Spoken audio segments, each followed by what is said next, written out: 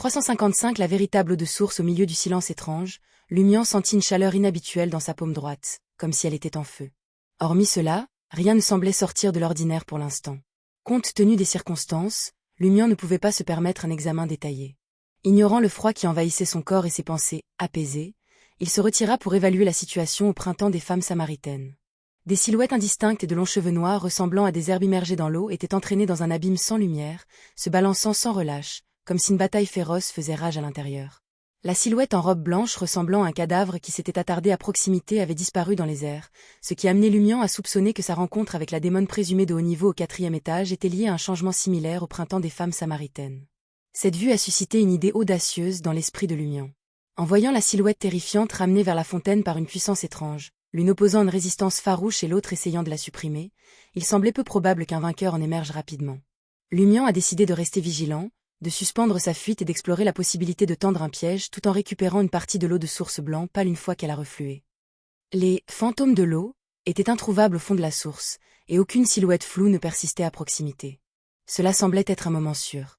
L'instant suivant, Lumian remarqua Ella produisant une bouteille dorée ornée de symboles mystiques complexes, rappelant les symboles qu'il avait vus à la porte du sous-sol du magasin de potions mystiques des Egglands. Ella n'a pas attendu que l'eau de source blanc pâle remonte. Elle s'accroupit et pressa l'ouverture de la bouteille contre le sol humide au bord de la source. Le sol était de couleur sombre, et plus il se rapprochait du trou noir, plus il semblait contenir d'innombrables couleurs. Le sol était d'autant plus ordinaire qu'il s'en éloignait. Ce n'était pas différent de la pente elle-même dans les zones qui n'avaient pas été submergées par l'eau source. Le sol, sombre et rempli d'innombrables couleurs près du trou noir, s'est asséché alors que l'eau de source blanc pâle se retirait dans l'abîme. Cependant, la périphérie restait légèrement humide, produisant des gouttelettes plus tangibles que l'eau de source blanc pâle et ressemblant à la couleur d'un lac nocturne. Voyant que la cible d'Ella était le liquide, Lumian demanda avec confusion. « N'allez-vous pas attendre que le printemps des femmes samaritaines refait surface ?» Ella secoua la tête. « C'est la véritable eau de source des femmes samaritaines. L'eau blanc pâle est trop dangereuse pour être touchée en ce moment. Tout contact avec elle signifie la mort instantanée, et rend pour toujours près de la source ou de sa source. Nos conteneurs ne font pas exception. C'est terrifiant. Se pourrait-il que la source des femmes samaritaines soit un sous-produit de l'eau blanc pâle et non sa véritable forme? Lumian sortit un bidon en métal qu'il avait préparé à l'avance et le tint contre les gouttelettes s'infiltrant du sol au bord de la source. Avec une seule goutte, le bidon a montré des signes de rouille et de pourriture dus à une immersion prolongée. Sans un mot, Ella sortit une boîte dorée gravée de symboles complexes et la lança à Lumian. Ce n'est qu'à ce moment-là que Lumian a réussi à récupérer le printemps des femmes samaritaines. Son attention restait concentrée sur la source sombre. Tant que les tremblements de terre cesseraient, il prévoyait de faire une retraite précipitée avec l'eau de source des Samaritaines qu'il avait collectée. Lumian observa la lente progression, craignant que l'eau de source blanc pâle ne remonte à nouveau. Par conséquent, il jura silencieusement pour soulager ses émotions refoulées. Goutte à goutte. Il n'avait rempli qu'un tiers de la bouteille quand Ella décida de s'arrêter et de sceller le bidon doré. Je ne dois pas être gourmand. Lumian se prévint en mettant fin à la collection Samaritan Women's Spring avec Ella. Ensemble, ils sprintèrent vers le sommet de la pente. Peu de temps après, le bruit de l'eau résonna derrière eux. Une fois de plus, la source blanc pâle jaillit du trou noir comme du sang. Sans regarder en arrière pour évaluer la situation, ils ont continué leur sprint à travers le brouillard blanc grisâtre, comme si un monstre implacable et intangible les poursuivait. En quelques secondes, ils atteignirent enfin la lisière du brouillard. Lumian attrapa le bras d'Ella et se propulsa en avant. Sortant du linceul de brouillard blanc grisâtre, Lumian poussa finalement un soupir de soulagement. La froideur de son corps diminua et ses pensées se calmèrent considérablement. Jenna émergea de l'ombre, ses yeux crépitants d'éclairs. L'homme en robe de sorcier entendit un craquement surréaliste et sentit une intense poussée de douleur irradier des profondeurs de son corps spirituel, saisissant son esprit. Instinctivement, il s'est effondré sur le sol, se recroquevillant pour tenter d'atténuer l'agonie. Franca n'a pas perdu de temps et a saisi l'instant. Elle pointa vers lui le miroir qu'elle tenait. Alors que le mandataire vêtu d'un démoniste apparaissait dans le miroir, des flammes noires se sont allumées dans la paume de Franca et se sont propagées à travers le verre. Malédiction de la démone. Des flammes noires jaillirent du corps de l'homme, affaiblissant son esprit en difficulté.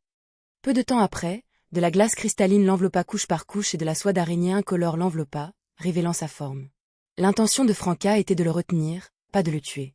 Après tout, personne ne savait s'il était impliqué dans des affaires de corruption ou de haut niveau, et une canalisation spirituelle imprudente pouvait conduire à des accidents.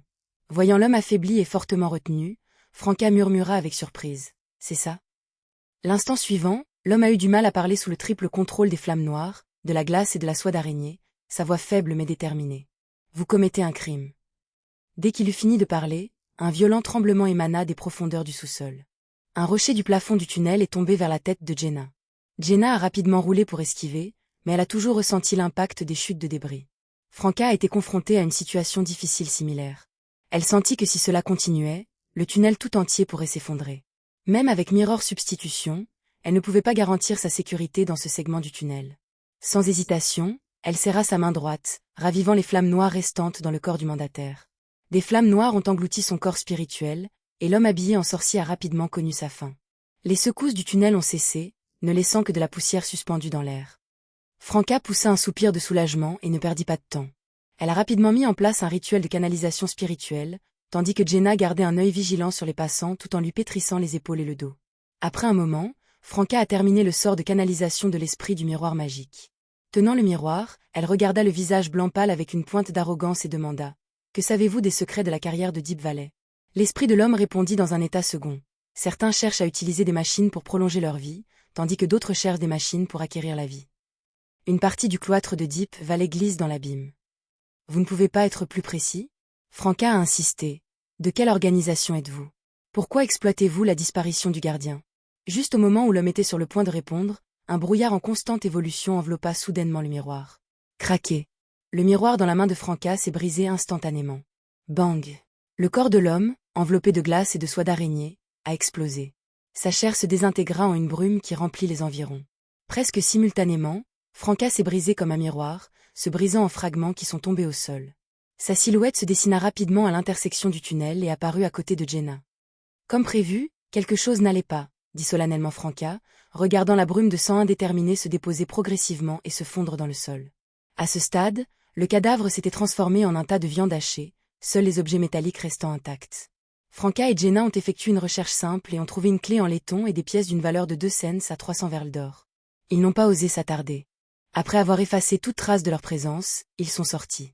Environ 2 à 3 minutes plus tard, une paire de jambes vêtues de bottes marron jusqu'aux genoux se matérialisa à côté de la flaque de chair et de sang, serrant une bouilloire dorée rétrécie avec une mèche saillante.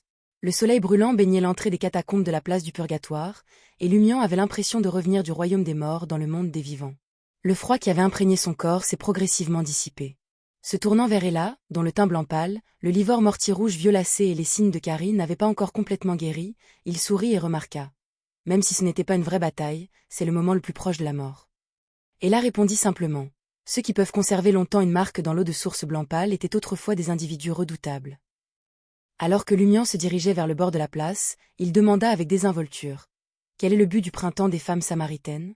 Vous ne pouvez pas réellement l'utiliser pour oublier le passé et la douleur, n'est-ce pas ? Ella secoua la tête. Pour moi, cela peut remplacer un certain rituel, ou plutôt devenir l'élément central d'un autre rituel. Lumian n'a pas complètement saisi le concept, il n'a donc pas insisté pour plus de détails. Bientôt, cependant, il remarqua que le froid résiduel dans son corps et ses pensées n'avait pas complètement disparu simplement parce qu'il avait quitté les catacombes.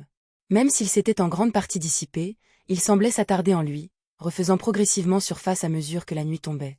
L'anomalie dans notre corps est toujours présente, a rappelé Lumian à Ella d'un ton solennel. Ella hocha la tête. J'ai une solution. Celui qui vous a chargé d'obtenir l'eau de source devrait également avoir une solution. Lumian a reconnu brièvement ses paroles et a fait ses adieux à Ella, se dirigeant vers l'arrêt des voitures publiques. Comparé à l'anomalie de mourir progressivement, il était plus préoccupé par le minerai de sang de terre qui avait corrodé sa paume, ainsi que par l'étrange rouille.